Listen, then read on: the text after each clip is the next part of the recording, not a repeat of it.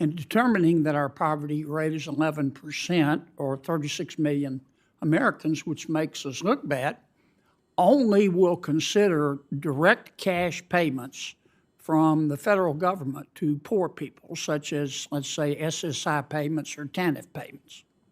Correct. Okay?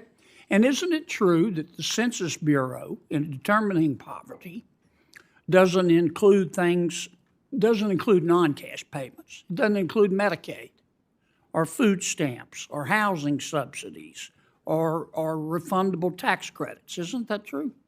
That is correct, Senator. Yeah. Now, let me give you an example.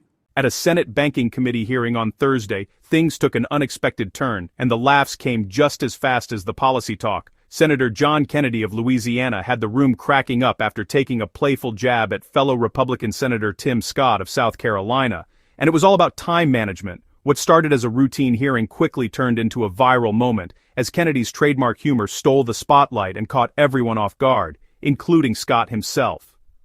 The exchange lit up the room, drawing smiles from senators, staff, and viewers watching at home, proving once again that Capitol Hill can still deliver some unscripted comedy. In this video, we'll break down the moment, show you exactly what was said, and explain why this lighthearted exchange is getting so much attention online. Stick around, you don't want to miss this one. Have your say in the comments section. Don't forget to like and subscribe for more political moments. Hello, Mr. Secretary. I'm over here. How are you?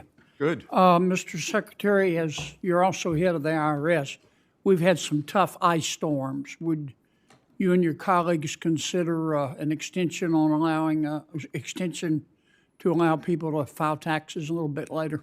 Senator, I've been in touch with the governor of the great state of Louisiana, and he and I and my staff are working on that. It is traditional to grant extensions for events like this. Good.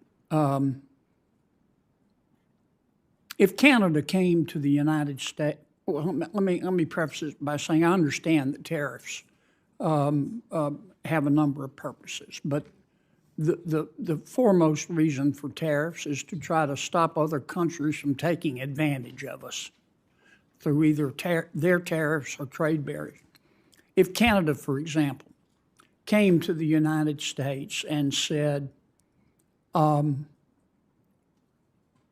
going to zero tariffs in the United States.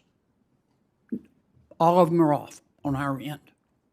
Would you, Mr. President, speaking to our president, go to zero tariffs and then just let Canadian companies and American companies compete on a level playing field?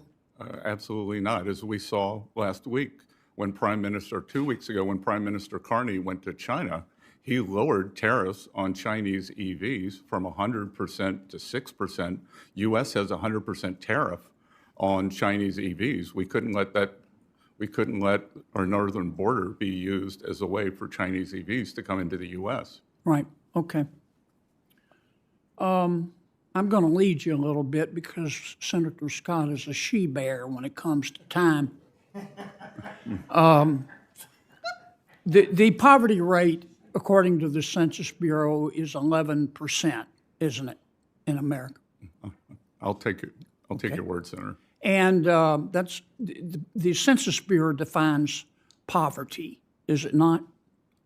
Yes, sir. Is it not true that the Census Bureau, in defining poverty and determining that our poverty rate is 11%, or 36 million Americans, which makes us look bad, only will consider direct cash payments from the federal government to poor people, such as, let's say, SSI payments or TANF payments? Correct. Okay? And isn't it true that the Census Bureau, in determining poverty, doesn't include non-cash payments? It doesn't include Medicaid or food stamps or housing subsidies or refundable tax credits. Isn't that true? That is correct, Senator. Yeah. Now, let me give you an example. Mom, 2 kids, poverty level for her and her kids is $27,000. Mom works part-time. She makes $11,000. According to our Census Bureau, she's poor. She's below the poverty line.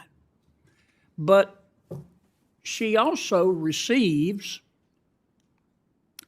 she works, I recall I said, makes $11,000 a year. She receives $4,100 in refundable earned income tax credits, $3,400 in refundable child tax credits, which means she gets a check, $9,200 in food stamps, $9,500 in housing subsidies, $900 in utility bill subsidies, $16,000 in Medicaid, $31,000 a year in free school lunches, and $6,000 in TANF payments.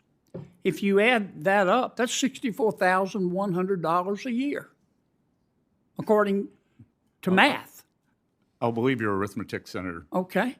But using the Census Bureau's definition of poor, they don't include all these payments. They just include her income and the TANF payment. Does that make sense to you? No, sir, and you should bring that up with the Commerce Department. I know, but you've got influence. I know how close you and the Commerce Secretary are. I'm hoping you could bring it up with somebody above. The president says we're opposites, and I'm tall. I'm not going to comment on that. Would you talk to the president about this?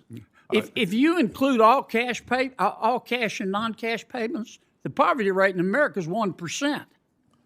That's a good point to end on. Thank you, I Senator. told you he was a she-bear. I'm not quite sure for this. Senator Moreno, you and I will talk about the she-bear later. Have your say in the comments section. Don't forget to like and subscribe for more political moments.